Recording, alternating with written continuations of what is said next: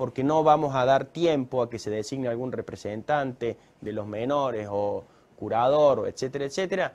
En estos supuestos accedemos a la vía del pago por consignación.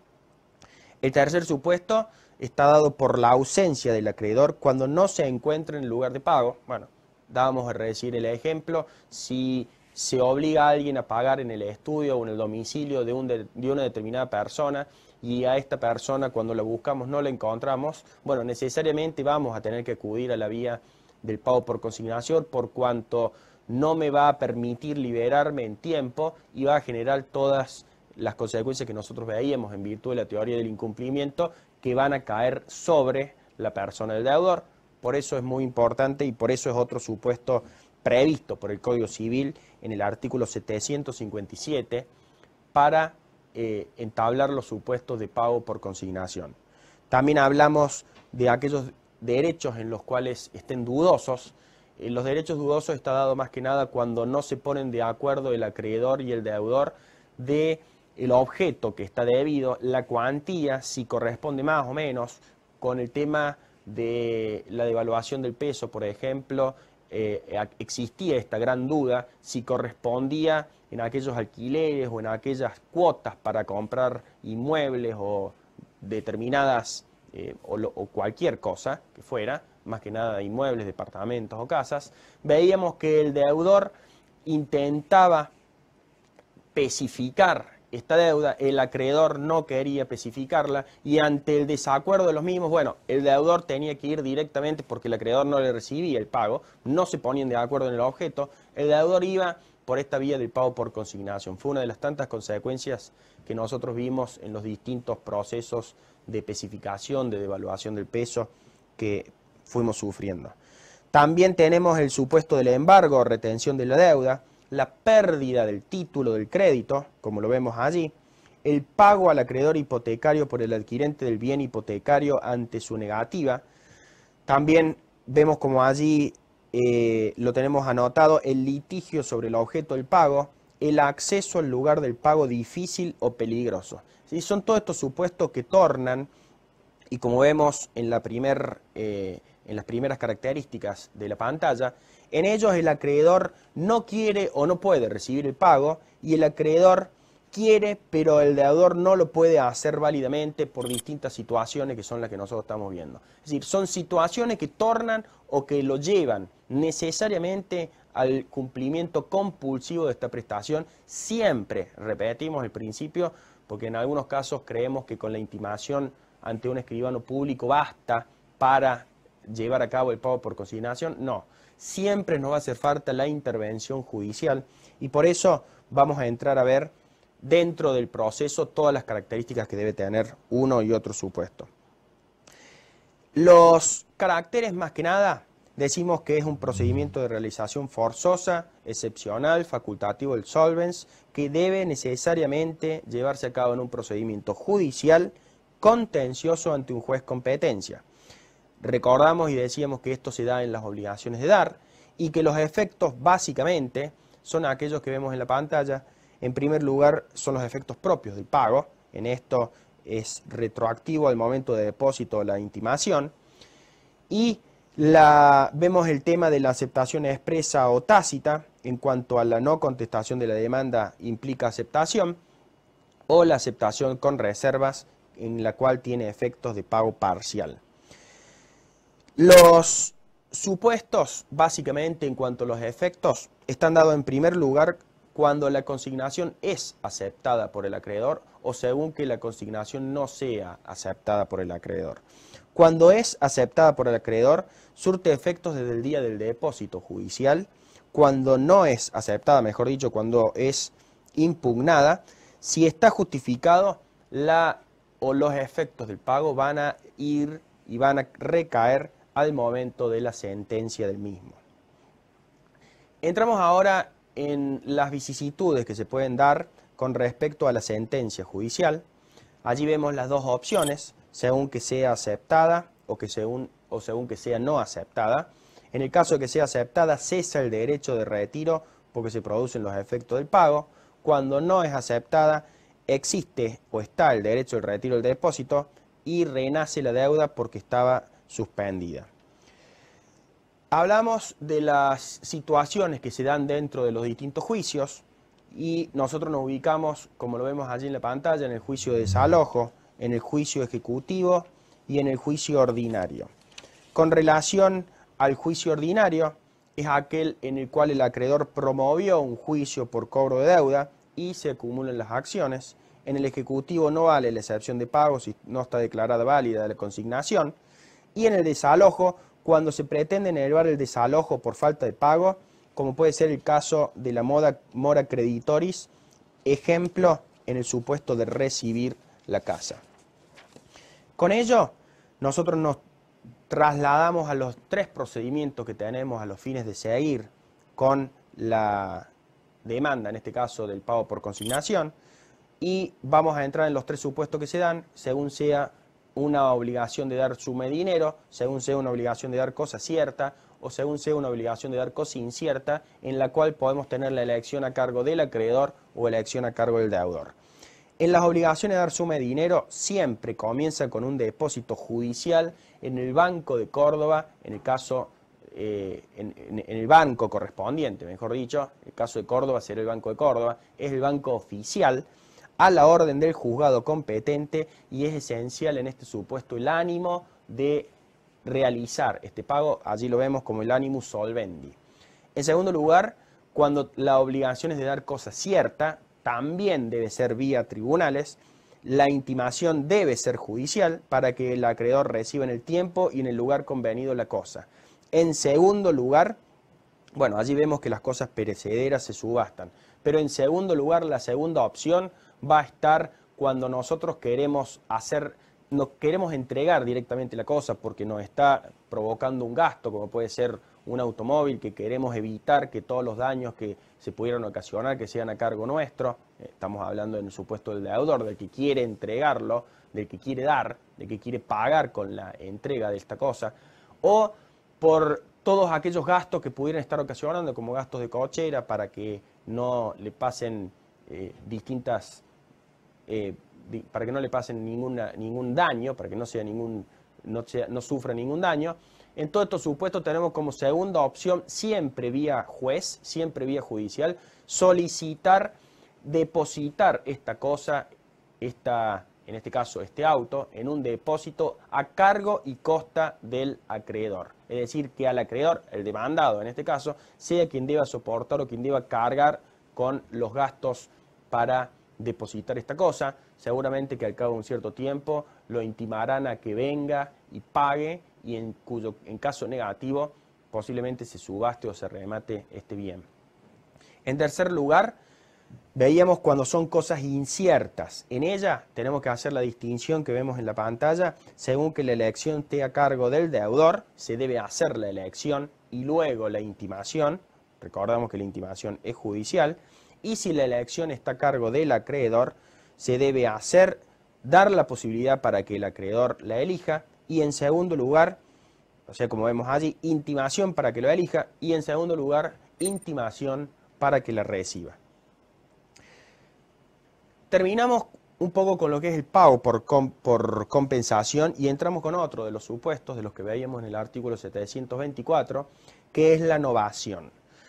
La novación ya lo habíamos mencionado, habíamos caracterizado la novación, la habíamos distinguido de la cesión de crédito, la habíamos distinguido de la modificación del contrato, y la característica básica estaba que en la modificación nosotros decíamos que el vínculo subsiste, en la novación se extingue una obligación y se crea otra nueva. Es entonces uno de los modos extintivos de las obligaciones. Nosotros vemos como características de que se refiere o es un contrato extintivo. En la novación es la extinción de una obligación por la creación de una obligación nueva. En esta tenemos como base el reemplazo de esta obligación, pero que entra una vez que se ha extinguido, que ha expirado, que ha muerto la obligación primitiva. Tenemos una obligación primitiva que se extingue, la creación de una obligación nueva, ya vamos a ver bajo qué características, que nace con motivo de la extinción de esta obligación primitiva. Con respecto a la novación, lo vemos en la pantalla, Decimos que la misma debe ser probada por escrito. Con respecto a los testigos, bueno, es excepcional esta prueba. Y los requisitos para que se lleve a cabo, tenemos en primer lugar la existencia de una obligación primitiva. Con respecto a la existencia de una obligación primitiva, la misma debe ser válida y eficaz. La validez está referida a que sea susceptible de confirmación, y con ello nosotros tenemos que tener bien en cuenta los casos de nulidad relativa y la nulidad pura no condicional. Nosotros por ahora nos vamos a ir a un corte. En un instante seguimos con este supuesto particular que es la novación, con todas las características que la misma lleva y que nos conlleva a los fines de su estudio.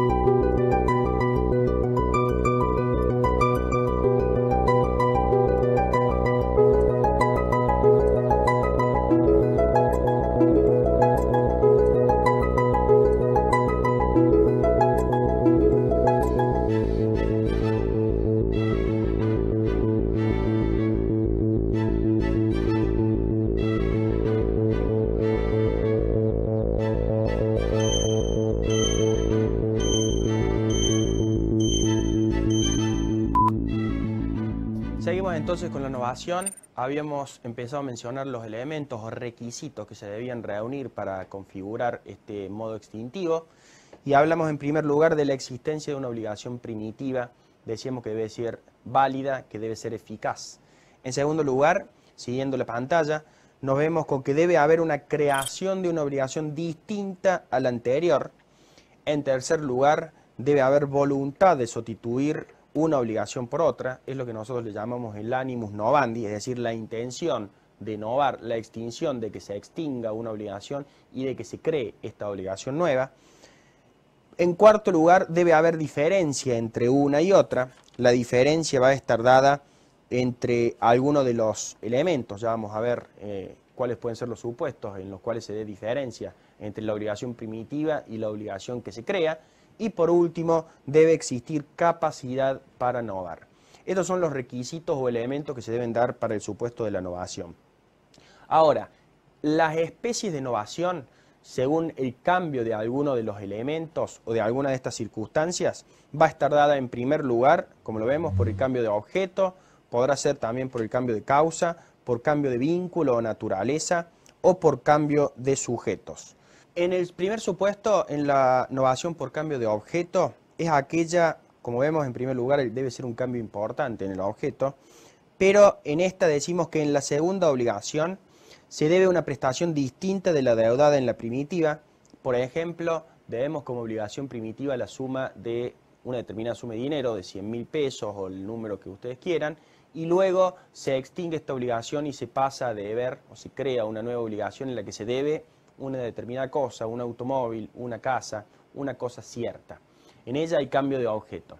En segundo lugar, el segundo supuesto, como vemos en la pantalla, está dada por la obligación por cambio de causa. En la obligación por cambio de causa, el deudor se obliga a cumplir una prestación similar a la que tenía en la obligación primitiva, solo que ha cambiado su causa. Ahí nosotros podemos mencionar como ejemplo la obligación de pagar una determinada suma de dinero en concepto de indemnización, y en ella se retiene este dinero y pasa a cambiar la causa de la obligación y se cambia por una obligación por un préstamo, por ejemplo, debiendo entonces la misma cosa al cabo de un cierto plazo.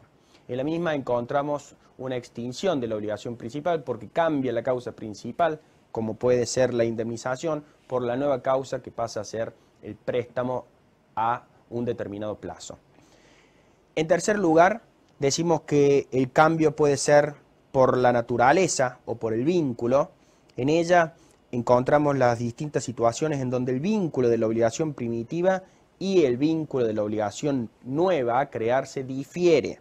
Tenemos los supuestos de las obligaciones las obligaciones pura y simple, que pasan a ser obligaciones condicionales, que se transforman en una obligación modal, o el supuesto de las obligaciones naturales, que se transforman en obligaciones civiles.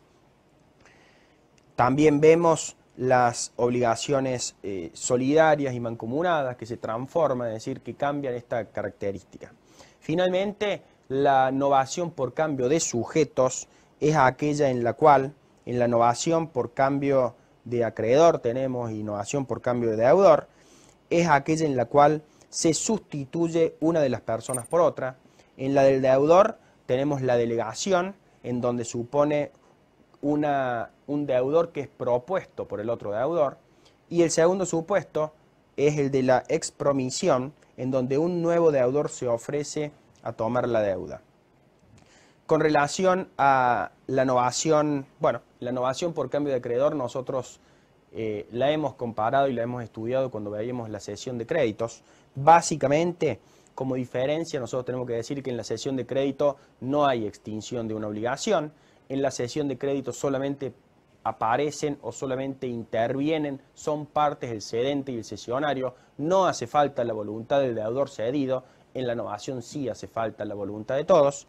Y en la cesión, la obligación originaria conserva sus accesorios y garantías y se debe la garantía de evicción en virtud de este traspaso, en virtud de esta cesión que opera en materia de evicción. Novación legal. Los efectos que producen y se producen por ministerio de la ley. La novación legal, ante nada, se debe dar ante los supuestos que nosotros vemos en la pantalla, que es la determinación de las cosas inciertas en cosas ciertas, en virtud de un acuerdo homologado y la inclusión de valores en cuenta corriente mercantil. Con respecto a la consolidación de las deudas del Estado, nos remitimos a la ley 23.982, en donde se extinguen las deudas y son reemplazadas por títulos públicos. Los efectos, la extinción de la obligación primitiva y la conservación facultativa de las garantías primitivas. La extinción de la obligación primitiva está dada por la extinción del principal y los accesorios y no se produce si la segunda obligación es condicional o si hubo sustitución del deudor y éste es insolvente. Con respecto a la conservación facultativa de las garantías primitivas, decimos que el tercero obligado debe consentir en el acto de la novación. La otra especie de compensación es la compensación legal.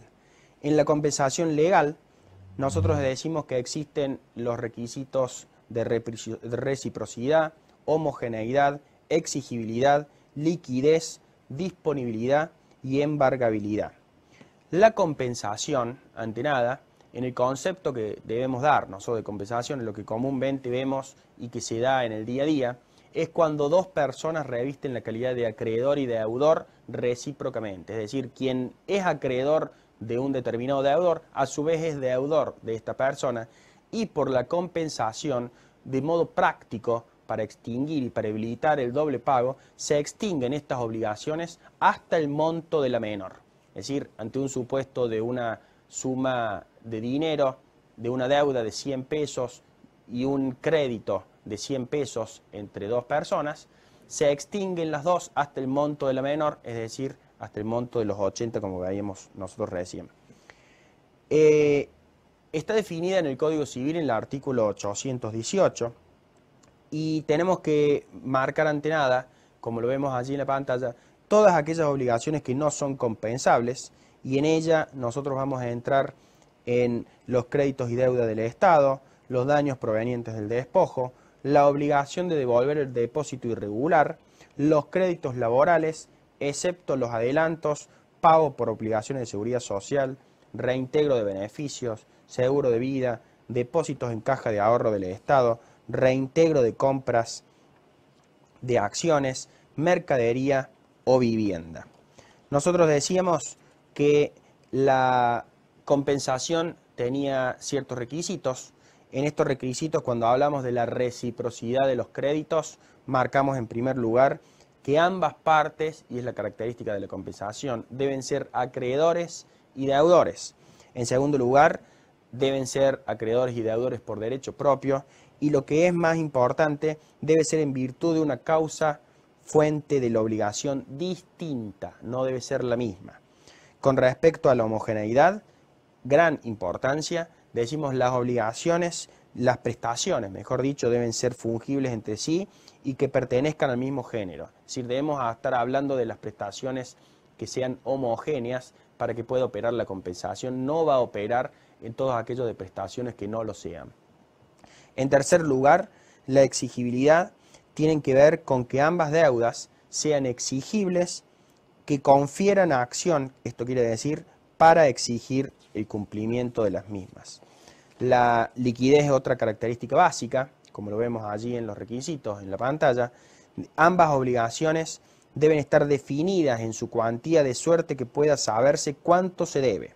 La deuda líquida, nosotros la vemos definida en una nota del Código Civil en el artículo 819, es aquella en la cual su existencia es cierta y la cantidad se encuentra determinada. Por oposición, la ilíquida decimos que es cuando no está determinada, solamente están los parámetros para que una persona pueda determinar cuál va a ser la cuantía correspondiente a esa deuda. La libre disponibilidad se da en que los créditos deben ser expeditos y, por último, vemos todos los supuestos de las obligaciones no compensables. En la compensación legal, nosotros vamos y marcamos como efecto principal la extinción de la obligación ministerio legis desde que ambos créditos coexisten con garantías y accesorios. ¿Quiénes pueden alegarla? Vemos nosotros que lo pueden alegar las partes, lo puede alegar el fiador, lo podrán alegar también los acreedores por subrogación y por último, en las solidarias decimos que tendrán efecto expansivo. Con respecto a la compensación, es importante que marquemos los